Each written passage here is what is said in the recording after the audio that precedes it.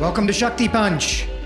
I am your host, Pranav. On this show, we go together hand in hand on a cosmic voyage to understand the true nature of reality through a dharmic or Indic lens. I'm so happy you could be with us here today. Adi, how you doing? I'm doing good, dude. How are you? I'm doing great. I got my boy Adi Parige here on the ones and twos, co-host and producer of Shakti Punch. Everybody give him a follow. Give me a follow at Pranahaha. And give the podcast a follow at Shakti Punch on Instagram. Follow us, subscribe on YouTube. So happy you could be here. Let's do a little bit of quick house cleaning. Guys, time is 426,875 years, 188 days, 51 minutes, and 0 seconds left in the Kali Yuga. So time's running out, guys. You need to hurry up, burn those karmas. It's going by faster than, time flies when you're having fun in the dark ages, okay? You gotta burn up those karmas through knowledge, through bhakti. Just get it done. Get it done. Have some fun while you're here. Remember, it is the easiest time to find liberation. So there is that. If you're interested. One thing I was thinking about, Adi, and we were talking about this a little bit recently about the Kali Yuga and about the whole Yuga system of time, is that it really draws a very clear distinction between the kind of Eastern or Indic concept of time and what we're used to in the West, right? In Hinduism, and I think in Buddhism as well, and I think in all the faiths, they actually believe in the Yuga system, right? We believe when we're in the Kali Yuga. Abrahamic religions are very linear relative to the dharmic conception of time, right? Like they follow a very linear eschatology, right? They believe in an apocalypse where all time will culminate in a moment of spasmodic liberation at the hands of a final redeemer or prophet. Now, Hindus do also have an eschatology of sorts, right? We believe in Kalki. Kalki is going to be the final avatar of Lord Vishnu, who comes to restore Dharma, right, in the Kali Yuga. But the Yuga system believes that creation manifests itself, then dissolves, and then manifests itself again. So there is a redeemer of Dharma, but this is a cycle that repeats itself, right? It's more like a season. It's like, nature in that way. And I love that because we're not trying to force it. We know that this redemption comes of its own accord. And what I love about the Yuga system is Hindus believe in reincarnation, right? Dharmics believe in reincarnation. But it's not just for humans. It's not just for material things in reality. It's for time itself, if you think about it, right? Time itself, as we know it, history itself reincarnates over and over again. And I think that fucking slaps, dude. That's crazy to me. Time itself reincarnates, and that is what the Yuga system is about. Does that make sense, or am I talking jibber jabber? No, absolutely. I think the idea of yugas is a reincarnation of epochs. Of epochs, right? So time itself is something that reincarnates as well. And as we're going to learn talking about this today and throughout all of our learnings, time is a tricky thing in Dharma. It's a funny thing, and we're going to be learning all about it. It's going to be fun. Guys, so the situation in Bangladesh is pretty dire right now. As you know, there was a students' revolution which toppled somebody who could fairly be described as a dictator, as an autocratic authority, Sheikh Hasina. But what's happening now are signs of a sort of counter-revolution that might be happening. Now, I'm not here to shit on the revolution that happened there. I wish all Bangladeshis the best, but I would be remiss as a dharmic person to not call out the fact that Hindus are suffering a great deal of abuse there. Houses are being burnt down. There's been some pogroming, lynching, forced resignations of Hindu officials. At the same time, what we're seeing is a deflective, sort of malicious PR campaign to sort of gaslight us into believe that it isn't happening. So I just want to talk about this a little bit and make a few things clear. It is happening. What we need to realize is that Hindus being paranoid about what's happening in Bangladesh, it doesn't just come out of nowhere. It's something that's really grounded in the reality of what happened in 1971. Bangladesh is a country that has suffered immensely since its very inception all the way up until now. Upwards of 1 million, some say up to 3 million people, mostly Hindus or Hindu-adjacent people, were industrially slaughtered in Bangladesh at the time of its revolution. To somehow say that people are over-exaggerating things or that they're maybe pushing falsehoods around what are happening. Look, there's definitely going to be, it's a very chaotic situation. There's going to be a lot of falsehoods pushed out, but there's an undeniable preponderance of evidence that Hindus are being abused there.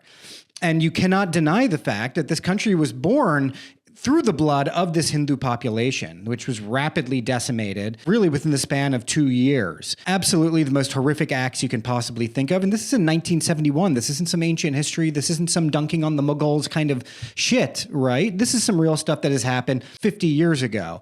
So it's really important that we recognize that. Also, I don't want to, at the same time, ignore the fact that this was a students' revolution, that there is a group of idealistic young people there who do not have a religious bent to them and who are doing a lot to try and protect the Hindu minority because they do have certain liberal ideals that they're trying to hold fast to.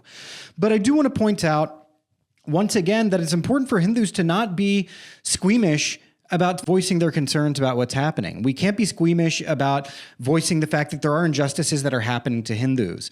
People on the other side are always going to want to gaslight us. We can't expect anything more from them. However, we can expect us to not gaslight ourselves into thinking that this is not happening, or that it's somehow Hindu fascism or Hindu supremacism or something like that that's at work here. It's not.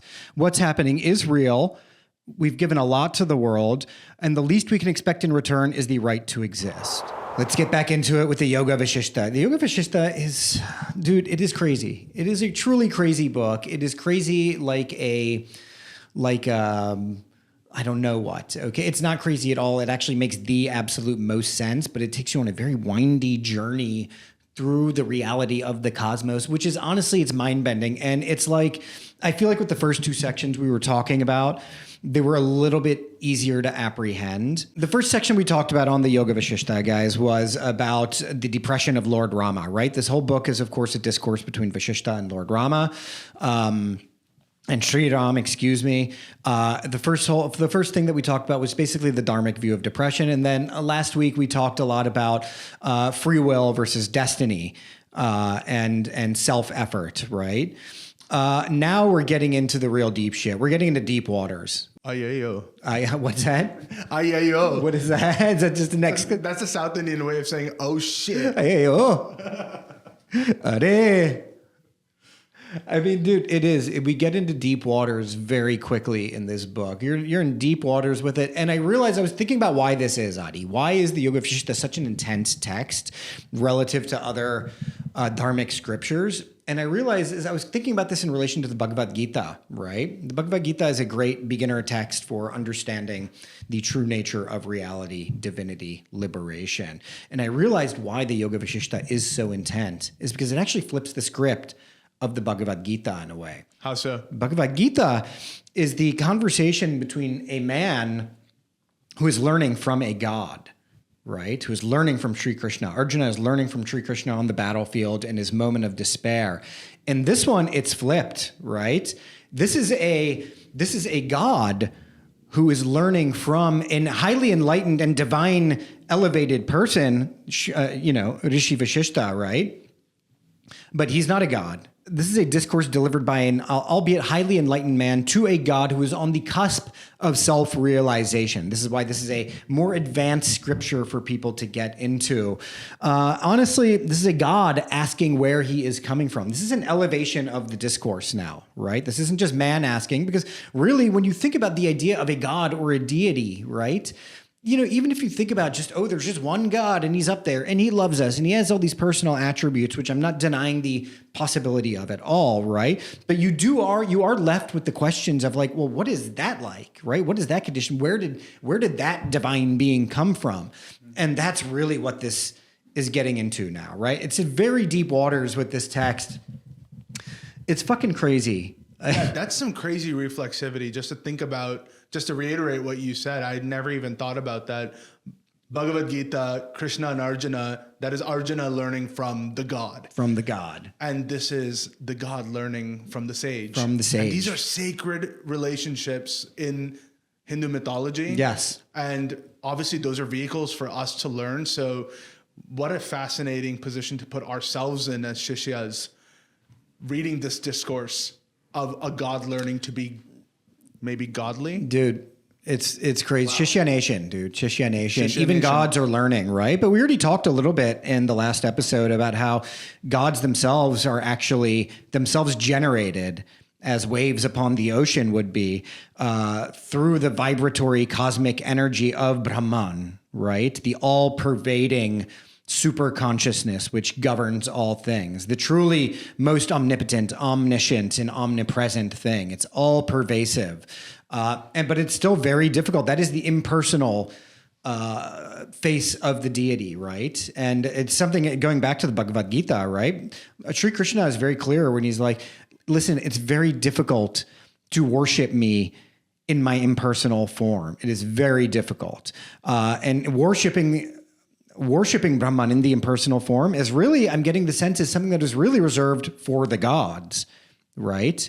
For the gods, it's an amazing thing, because when you think throughout all of Hindu mythology, right, about various things, like how did Ravana end up with so much power, right? It's because he did intense tapasya. He did intense meditation, intense sadhana in order to get those powers, right? But throughout it all, we're seeing the gods, right? Especially the demigods, Indra and so on, all the inhabitants of, quote, heaven, right, of Indra Lok, are always getting very troubled when a rishi is getting a bit out of pocket with the sadhana and with the tapasya, right? They're meditating too hard. They're meditating for 1,000 years of doing japmala or whatever, right? Having termite hills built around them, like Valmiki, right? The author of the Yoga Vasistha. That's why Valmiki means an anthill, and that's how he got his name, right? Was through intense sadhana to the point where an anthill had grown around him while he was standing on one leg or whatever, right? It's always the most insane amounts of penance that they're doing. It's always like, it's like the hokey pokey or something, right? It's like stand on one leg and put out one arm, you know what I mean? It's always just like really interesting postures, right? And in all of them, it's like moss starts growing on them, you know, and an anthill forms around them. And then the gods will try to play all sorts of tricks, right? Mm-hmm. Like Vishwamitra, when he was attempting to perform his sadhana because of his intense rivalry with Rishi Vashishta, and wanting this pursuit of becoming a Brahma Rishi, right? Who did they send? What was the name of the Apsara? Urvashi, maybe? Meenakshi? I'm forgetting the names of these Apsaras. It's right below you in text in post-production. Yeah, exactly. It's right there. They sent him a baddie and was just like, this will distract him. And it did. They're always trying to distract them or inhibit them from their tapasya, because it's actually, wow, they're generating too much power. They're going to supplant us now, right? That's always the fear of the demigods. And that's when they always have to take refuge with Mahadeva, with Narayana, right? Which is very fascinating to me. It kind of puts all beings on a level playing field, but the fact of the matter is as humans, we're really not there. We're not really capable of that level of tapasya, especially in the Kali Yuga, right? Right now, I think an advocate is like, wow, I didn't look at my phone for 30 seconds, you know? Indra is going to go, he's going to lose his shit. He's going to be like, yo, this guy's getting too deep in the sadhana. You know what I mean? There is a tradition, even in Buddhist legends, if you will, Bodhidharma stared at a wall in a cave for 9 years in meditation. And I love this concept of like deep tapasya necessary to reach these conclusions in a way. It's all a part of our legends and our mythology. It is. It's amazing. Just the power of meditation. And if somebody's meditating too hard, it's like, yo, this guy's getting out of pocket. Yeah. You know what I mean? Go distract this guy with some boobies. Yeah, exactly. Send in the titties. Send in the titties. But that only works once is the thing, right? Like with or not at all. Or not at all. You know what I mean? Or some poor Apsara gets a curse laid on her or something, you know? It's not always the nicest stuff that's happening in our mythology or history. But it's always very fascinating to me that we're on we're all on this ocean of consciousness, right? And we are all have the potential to generate some waves, I guess, in a sense. Very fascinating to me. Very, very, very fascinating to me.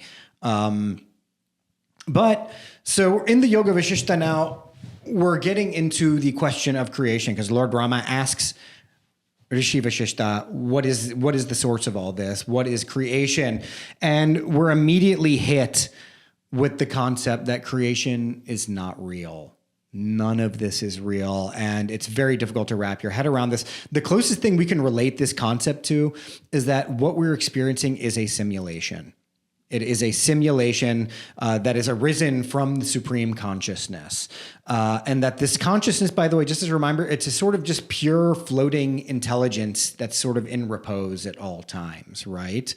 And And so how are things actually created in creation? Well, that's basically thought, because again, this consciousness is a pure intelligence, and it is a pure intelligence that is without thoughts itself. But creation, as we know it, is the result of continued thoughts, which I find pretty fascinating, right? And then these thoughts are karmas, right? And they sort of take the wheel and they continue to proliferate karmas in an inextricable web of interactions, which we see manifest in the various laws of science, right? Like physics, chemistry, biology, all these things. They become so inextricable that they cannot be undone until the time of dissolution, right? Until the end of a yuga, essentially, when we then await a new epoch to approach. We don't wait, really, right? We don't know what the fuck's going on. Like, we're just out here, you know? Fascinating stuff. And here's a great quote from the Yoga Vasistha in the chapter on creation, spoken by Rishi Vasistha says, hence the universe can be said to be both real and unreal. Real because of the reality of consciousness, which is its own reality. Unreal because the universe does not exist as a universe independent of consciousness. It's crazy because what we talk about then and what Vasistha then talks about is okay, how do you access this consciousness? How do you access this supreme consciousness? And this is through essentially being able to see the world and see reality as just one undifferentiated thing. And how do you do this according to Vasistha? The only way to be truly realized, and this is very important, is to collapse the relationship between the knower with the knowable and to deny the reality of the material world. Remember, we're collapsing the differentiation between subject and object. Once you are able to see that subject and object are the same thing, that is when a truly blissful state will be aroused within you. And I don't know. I mean, I don't know how to really process that, right? Because we are so trapped in this subjective reality where we're seeing everything as separate from ourselves. And how can we not? The Maya is very powerful, right? Illusion is very powerful. It takes a lot to break through that. It's dominating. It is dominating. Right? It is dominating. And so we are striving for samadhi, which is described basically as a deep contemplation that goes beyond thought. And I want us to wrap our heads around that for a moment, thinking about that. Contemplation that goes beyond thought. And that takes us to a state of thoughtlessness, right? That's nirvikalpa is how that's regarded. And what that is called. It is a state of thoughtlessness, right? But where your intelligence is preeminent, right? You're in a preeminent state of intelligence that is without thought. And I want to invite the listeners, because this is something I've been thinking about, I want to invite the listeners and the viewers out there to engage me on this observation that I had. And this observation is that the process of meditation, and specifically, let's say mantra meditation for me, is that it occupies the mind by repeating, right? This thing in the mind, it occupies the mind so that the mind itself ceases thought and becomes one with consciousness. Does that make sense? Does that make sense? It's like when you do that, you become in tune with the wave-like rhythms of Brahman, right? It is a cessation of thought in favor of a deeper contemplation, which is a sort of repose of sorts. I don't know how to interpret this. Let me know what you guys think about this, but it's something that occurred to me while I was reading. Because that's always how I perceive meditation when I'm doing it, right? Is that like, this is actually taking me to a place beyond thought. Even though I'm given a single thought form to meditate upon, that dissolves in the process of meditation, right? That thing there is just as an object. It's something to look at on a screen before it dissolves and you're absorbed in the screen itself. And we are the light and we are the screen. It's a trip, right? I mean, I don't know. Do you meditate much, Adi? I used to, and not in recent times, no. Yeah, I mean, we've talked a little bit before about it. Obviously has very material benefits, right? I've definitely experienced states of thoughtlessness via meditation. I think maybe meditation and certain things like music might be the easiest entry points for me.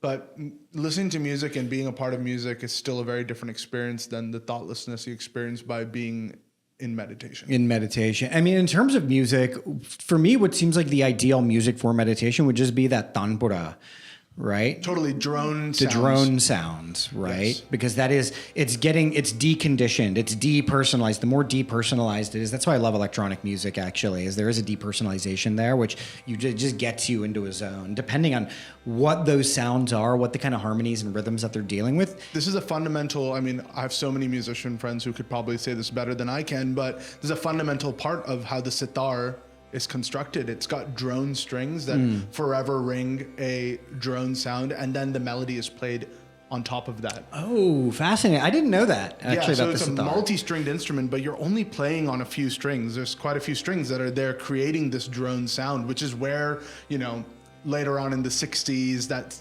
psychedelic obsession with the sitar came from, but it's because it puts you in a place. It puts you in a place, And tanpura is so, anyone who studied Hindustani or Carnatic music, that puts you in the place. It sets the tone, literally. I don't know. Yeah, dude, it's amazing because, sometimes I'll do like little mini satsangs with some friends. My friend Herschel, amazing musician, a great guy. We're going to have him on.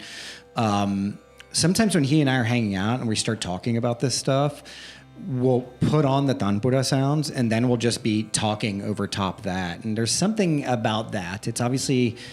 I guess it kind of gets you in the mood. You know what I mean? Like, I guess if you wanna make love, you put on some Usher or something. You know what I mean? But if you want to meditate or if you want to like learn about reality, you put on tanpuras. That's kind of the mood music for meditative states and deep contemplation. There must be something aligned with how people use white noise to get into a space. Right. I think there is some sort of relation there with the tanpura. It is far more transcendent of a sound than shh. Yeah, totally. But whenever I think about white noise or I think about static on a screen, sometimes that's what I think about when I try to conceptualize the concept of brahman, right? Because it is something that is both very dynamic and yet very still, right? Does that make sense? Totally. And that's always how I view brahman in a way in my own head. Because look, the other thing about this is like, this is our challenge with all of these concepts, right? Is we're trying to describe the ineffable, the sublime experience of brahman, right? The blissful and intelligible language. And that's very difficult, right? It's an impossible task. You know what it's like? It's like experiencing a great gust of wind, but you want to describe it. So if you see a gust of wind coming at you, and what do? You try to put a tuxedo on it. You try to dress it in a nice sari, right? And these things on their own they're very nice looking garments. They look very nice, but when you try to dress the wind in them, they become rags that just get dragged off in the wind, right? Ineffable concepts. And that's why, as I said before, the only way to really apprehend this knowledge is through direct experience. You know what I mean? That's why this is what it's about. That's why when I think about Brahman, Para Brahman, Atma, whatever we want to call this, right? I imagine something that approximates something like tanpura or a white noise or static on a screen, right? Something which is both very dynamic, vibratory, yet also still uniform. You okay? Did that revelation make you gasp, Adi? Is that what my it was? heart skipped a beat. But I want to go back to this question of what meditation does and how it tries to get us into a sort of mimesis or a sort of, I guess, even being in tune with Brahman, right? It's about deep contemplation that is beyond thought. That is the undifferentiated state of mind. And that to me is pretty wild to think about. But it is something that you can experience. And that's why I think when you come out of deep meditations, you are in a state of bliss. You are in a state of dissociation and bliss, and yet also total harmony with things in general. That's why things bother you less after you meditate. There's something deep within you that is collapsing the subject-object relationship, which is another thing where I'm like, how does one even behold that as a concept, right? Because again, it's not just about collapsing the experience between the subject and the object. It's also collapsing the experience of perceiving that difference. What's interesting though is like at certain points in the Yoga Vasistha is like, don't bother meditating, don't do any rituals, don't do anything. There's no way of actually being able to behold this through any of these things, right? He says that at one point, but he says a lot of things, right? And I know going ahead that they do talk about meditation a lot. And even in the next section that we're going to talk about next week, the story of Leela, it's a lot of her heightened states of consciousness are happening through meditation, right? Is there an element of submission then that's being implied by, don't do these rituals, jump in that context that Vasistha is saying? Like, I mean, look, when I've read like Nisargadatta and stuff like that, they're like, just be. And there is something important there. And the concept of just being, there is the concept of the karma yogi, right? Tyaga, as we've talked about before off the pod. You want to break down Tyaga for our audience? Tyaga is just, is no expectation of the fruits of a thing that you're doing, right? And that's the most important thing of any human being, is to be the karma yogi, to perform your duties without thought of reward, right? And there's a very special thing. It's not just about doing it mindlessly. It's about not attaching yourself to your karmas, right? Is you become abstracted from karmas. Your karma does not touch you when you have that state of tyag, when you're doing them. If you do things without intention, think about instinct, right? Think about animals, right? They just do things because it's in their nature and it's in their dharma to do a thing. It's in your essence to do a thing, thus you do it. You don't think about the reason why you're going to do it, right? You don't attach yourself to your action in that way. Does that make sense? 100%. I mean, I think that's one of the defining things of being a human and dealing with our consciousness versus being an animal, is that we are kind of ripped away from Tyaga. Yes. To the point that we have to define it, right? Because we have to remind ourselves to separate ourselves from expectation and act because that's the dharmic thing to do. Yeah. And I'm not a computer guy, but if you're thinking about this in terms of computers, as humans, we are blessed with gigantic computers in our heads, right? Our brains are enormous, far, far bigger than those of other animals, right? But the fact is that with this big brain, if you are going to be on a path towards some kind of liberation or spiritual development or whatever it is, your brain always has to overcome itself, right? Because in the middle there, you start again from a state of, as a child or as an infant, of the things are undifferentiated, you feel one with the world, but then you have to basically get over states of just essentially neurosis. You know what I mean? The brain, the mind, as we think about it, most thought is so unnecessary. Anxiety, a good way of thinking about anxiety to me is that this is just your mind grinding its teeth. Right. And all that can really lead to is pure madness and dissolution of the mind. Right. We're here with our minds trying to access the greater mind, the thing that's creating this simulation, essentially. Right. This supercomputer, if we want to talk about it like that, although I think that's kind of a crude and not accurate way exactly. But if we can stick with the metaphor, that's what it is. But in our minds, we have to overcome our minds are our biggest challenge. And of course, we talk about this a lot, and not just in the Yoga Vasistha where it's coming up, but the Bhagavad Gita is all about this, is overcoming the mind, right? The mind is a restless thing. It's like wild horses. It's a monkey, all these different metaphors we use for describing the mind that's dragging us hither, thither. But through sadhana, through bhakti, through knowledge, through reading of scriptures, you're able to rein the mind in, right? Yeah. The mind then becomes your friend. It starts off as your worst enemy, actually. But through these practices, your mind becomes your greatest friend. Because why? You're able to ride it. You've reined in the horses, and now you can ride it into moksha. Is a way possibly of thinking about this. Totally. We've talked a little bit about the concept of simulation today. And it's interesting because obviously simulation theory is going wild amongst the incels. Yeah. Which is... We're not incels. We're not incels. We be getting it. We're getting it over here. All right. We've got girlfriends. Yeah, we've got girlfriends. All right, bro. She's online. I haven't met her yet, but she's hot and she's really cool, and she loves to watch me play Cyberpunk.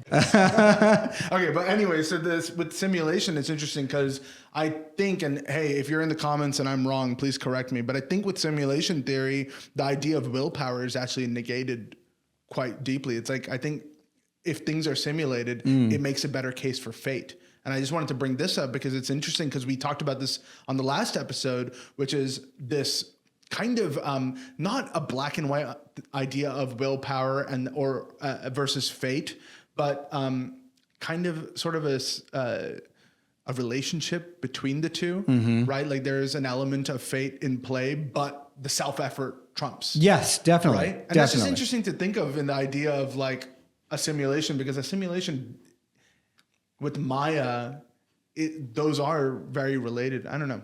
Well, I mean, kind of what I the was self-effort, right, is all about getting you to that point where you realize this is a simulation, right? And it's not just about, again, intellectually saying, oh, it's just a... And Vasistha actually says that. He's like, you can't just say this. Any little kid, he says. Vasistha, by the way, is like a mean uncle in this in many ways, right? Like he's talking... Lord Rama will ask a question. He's like, let me dispel you of your myths, okay? Only a child would think about that. You know what I mean? He like really goes in sometimes where he's like, oh, I see you're a deluded person. Okay. Well, let me just help you with that. It's very Indian avuncular. It's like learning math from your Indian dad. You know what I mean? Where he's like, let me simplify this for you. Okay. Cause you're a fool.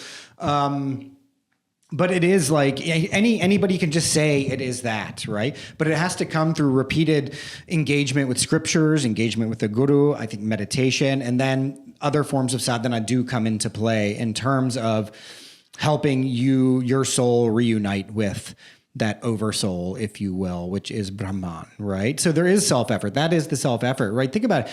If the simulation's over once you realize it's a simulation, right?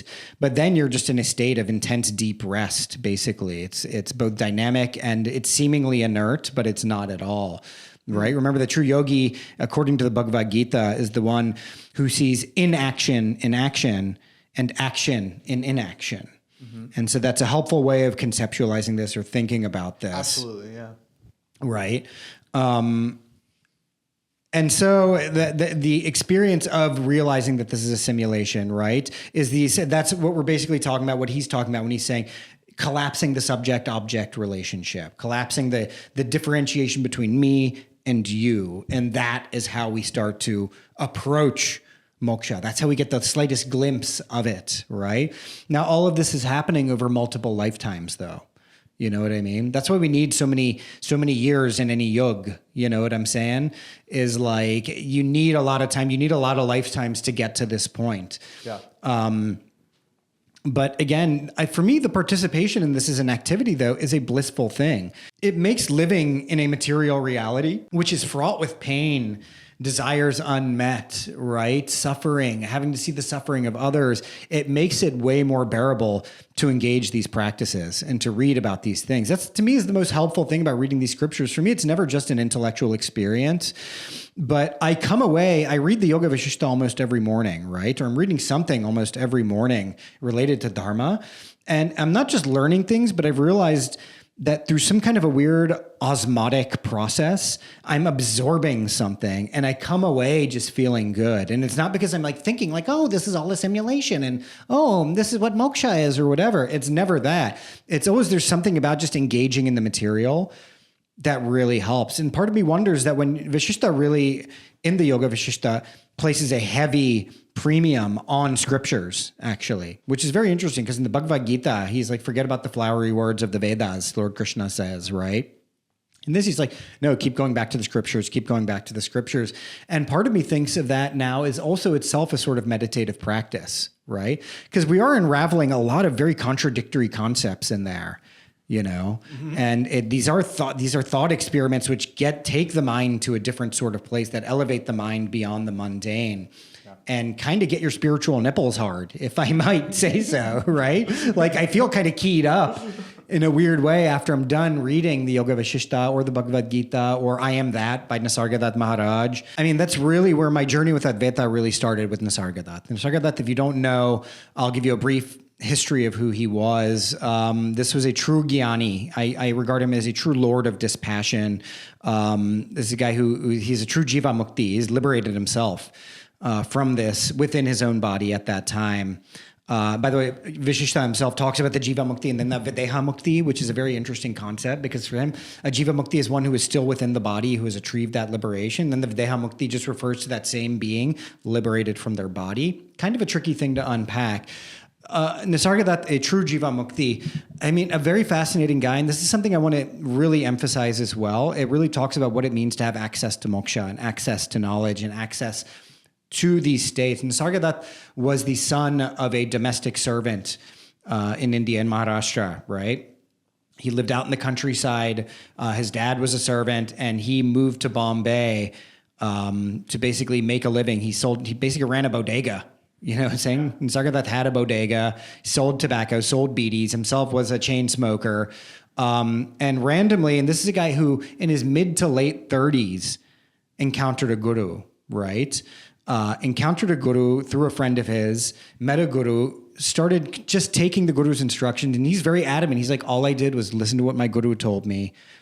Okay, questioned and absorbed the idea of I am, and then I became liberated. And after that, Nisargadatta had a self-Shakti pant kind of experience where he just had this knowledge, and people far and wide, and he never stopped with the tobacco shop. He never stopped running his bodegas. You know what I mean? Instead, I think maybe it was upstairs from one of them in his apartment there.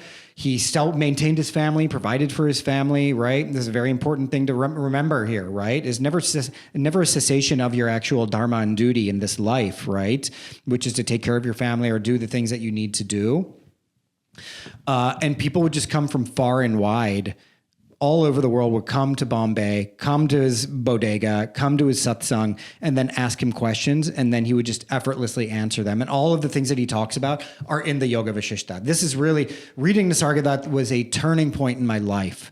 My meditations became much deeper. I was feeling really approaching at least this feeling of oneness with Brahman in a weird way. And I would come away from reading Nisargadatta feeling very light, very abstracted in a very positive way. Highly recommend people check him out. Just incredible. And I think really the most important thing about that story about him, this is a guy who was poor. Okay. He was older, but it didn't matter.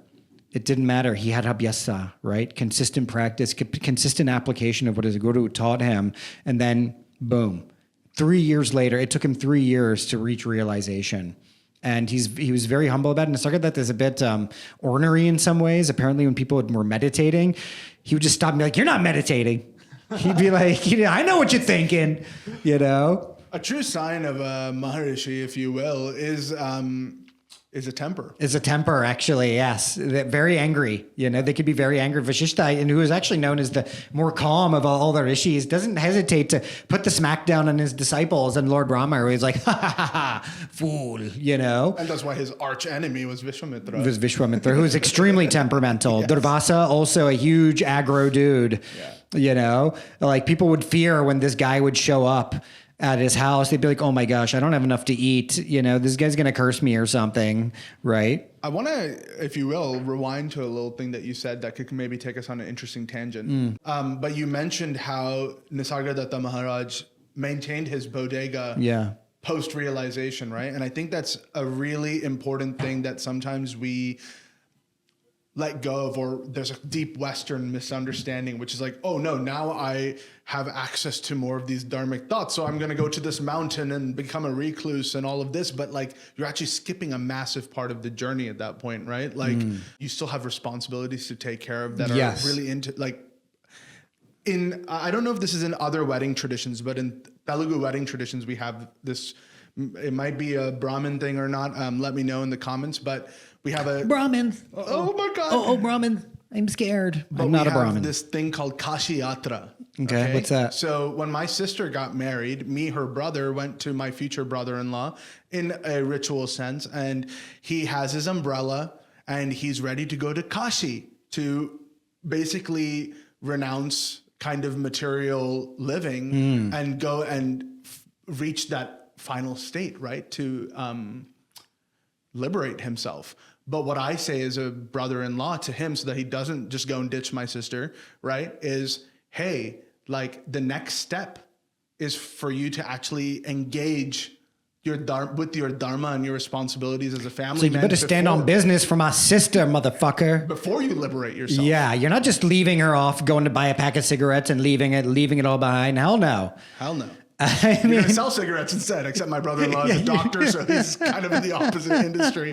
But I think that's such an interesting concept, right? Is that people think, I don't know, in the West, it seems like such a microwave route to renouncing Well, material in the life. West, our view of the enlightened being is the one who lives in a mountain, right? They're but this monk, their heads are shaved, or they're a Hindu rishi or a yogi, and they live in a cave, and their hair is long, and their beard is long, and they're emaciated, and they live for 1,000 years. And there is a place for that, right? But one of the great lessons of the Bhagavad Gita, especially the Bhagavad Gita, and I know we get to this later in the Yoga Vasistha as well, is that true renunciation is an internal process. It doesn't mean about leaving behind the material world, because the world has to sustain itself through activity, right? It does sustain itself through activity. And so you don't want total dissolution to happen in this world. So the true renunciation you have to find is through Tyaga, right?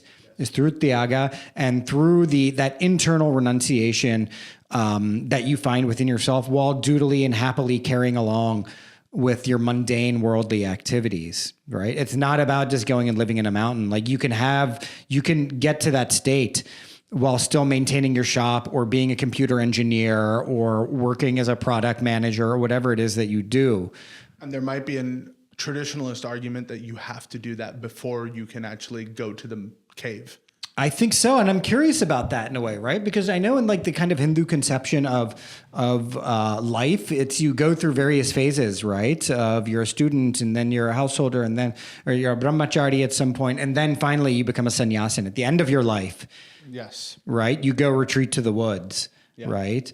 And I find that it makes a lot of sense. It comes right back to what you and I have been talking about it being an experiential driven thing. Like you cannot have, it's great to, maybe this is even my kind of critique a little bit of overly orthodox kind of gurus and just orthodoxy in general, which is if you're not living something, it's often the things that happen to us out of our control that make us give us something to apply these dharmic concepts to, or to help us realize them, right? But when we go and chase them, they actually sometimes go further away from us. 100%, dude. 100%. Life is our soul's teacher, right? Facts. We can't forget that. And so living the mundane householder's life or whatever, having a day job and just living in this material reality is your most important teacher in many ways. Because when you think about life all around us happening, right? People colliding into people, events happening, things out of our control, things within our control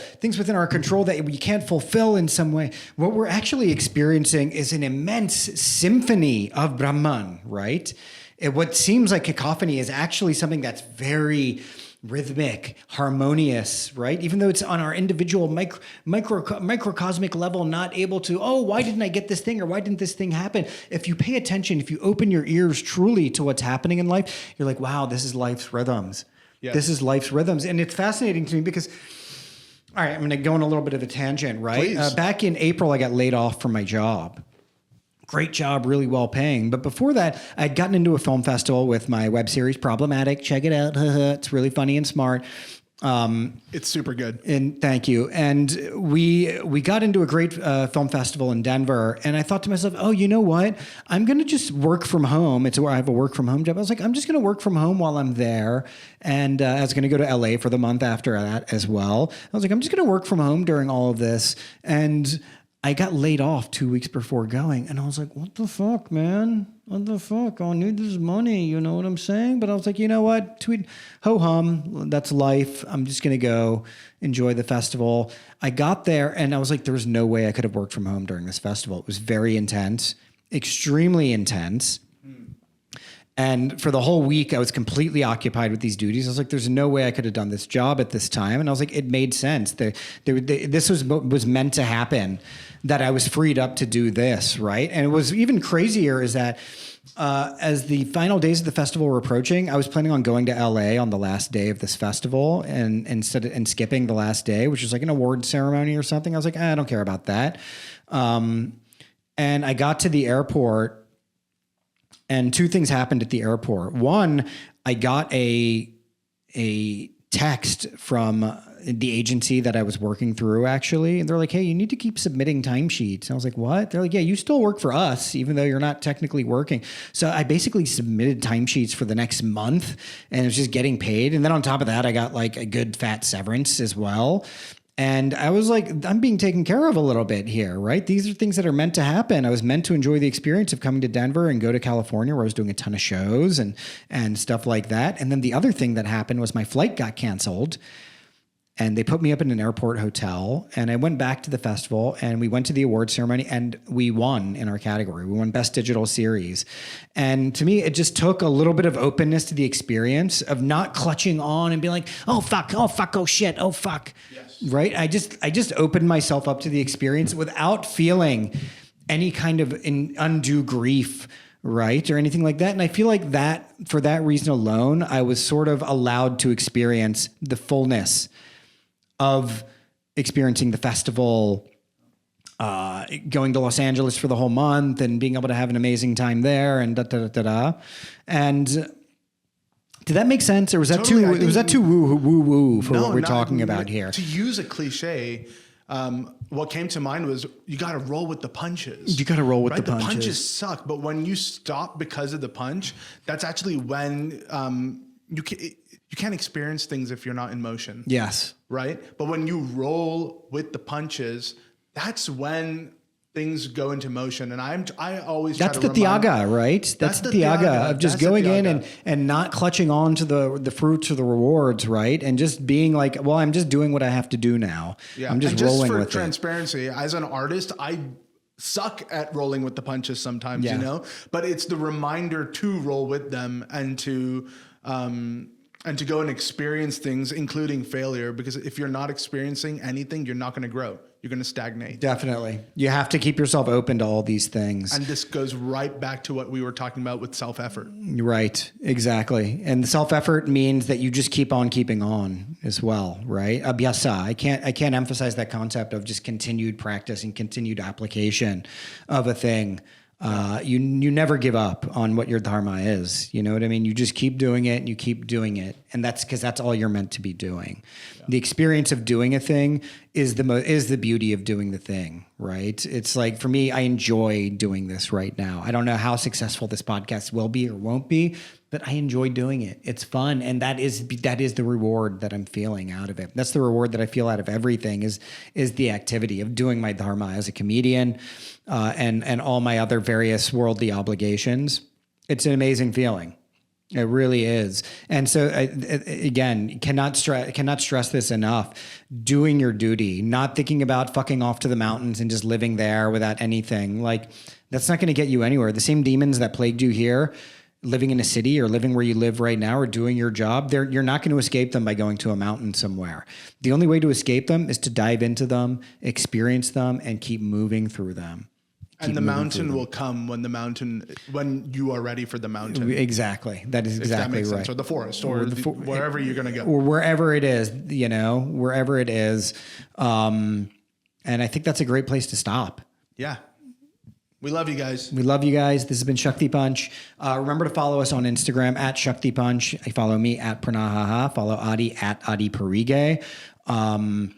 Follow us on Patreon. Remember, we're not asking for too much, but we would love to build out the production of this as well. So any little amount that you want to contribute to us, we would be super appreciative and very grateful for. So, and happy 77th Independence Day to India. Wow, happy birthday, India. Happy birthday, India. Well, to modern India. India's a timeless thing. But Indian people ourselves, we have multiple birthdays. Like, I have my solar calendar birthday. That's and true. August 18th, rolling up. That's my Telugu birthday. Let's go.